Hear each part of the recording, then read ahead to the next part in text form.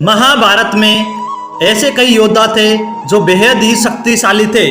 उनका मुकाबला करना मतलब मौत को दावत देने के समान था। ऐसे ही एक योद्धा थे पांडुपुत्र भीम। कहा जाता है कि भीम के अंदर 10,000 हाथियों का बल था। लेकिन क्या आप जानते हैं कि एक साधारण मनुष्य की तरह दिखने वाले भीम के अंदर इतनी शक्ति आई कहां से? यकीनन इस रहस्य के बारे में बहुत कम ही लोगों को पता होगा। कहते हैं कि 10,000 हाथियों की शक्ति की बदौलत ही भीम ने एक बार नर्मदा नदी का प्रवाह रोक दिया था। भीम के अंदर इतनी शक्ति आने के पीछे एक रोचक किस्सा है। इसके अनुसार भीम बचपन से ही काफी शक्तिशाली थे। वह दौड़ने में, निशाना लगाने में या कुश्ती लड़ने में सभी खेलों में धृतराष्ट्र के पुत्रों यानी कौरवों को हरा देते थे। हालांकि उनके अंदर कौरवों के प्रति कोई द्वेष नहीं था, लेकिन दुर्योधन के मन में भीमसेन के प्रति दुर्भावना शुरू से ही थी। तब उसने उचित अवसर मिलते ही भीम को मारने का विचार किया। दुर्योधन ने एक बार खेलने के लिए गंगा तट पर शिविर लगवाया और उस स्थान का नाम रखा उदक्रीडन। वहां खाने पीने से लेकर खेलने कूदने तक सभी व्यवस्थाएं की गई थी।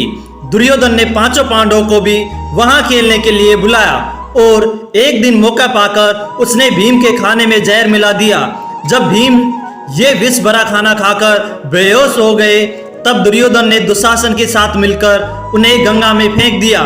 भीम मूर्छित अवस्था में ही पानी के रास्ते नागलोक पहुंच गए। वहां सांपों ने उन्हें खूब डसा, जिसके प्रभाव से उनके शरीर से विष का असर कम हो गया। इसके बाद जब भीम को होश आया तो वो आसपास भयंकर सांपों को देखकर वो उन्हें मारने लगे, जिससे डरकर सभी सांप नागराज वासुकी के पास गए और उन्हें पूरी बात बताई। सारी बातें जान लेने के बाद नागराज वासुकी आर्यक नाग के साथ खुद भीम के पास गए। वहां जाते ही आर्यक नाग ने भीम को पहचान लिया।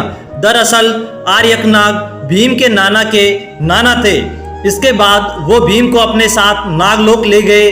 वहां उन्होंने नागराज वासुकी से भीम को उन कुंडों का रस पिलाने की आज्ञा मांगी, जिसमें हजारों हाथियों का बल था।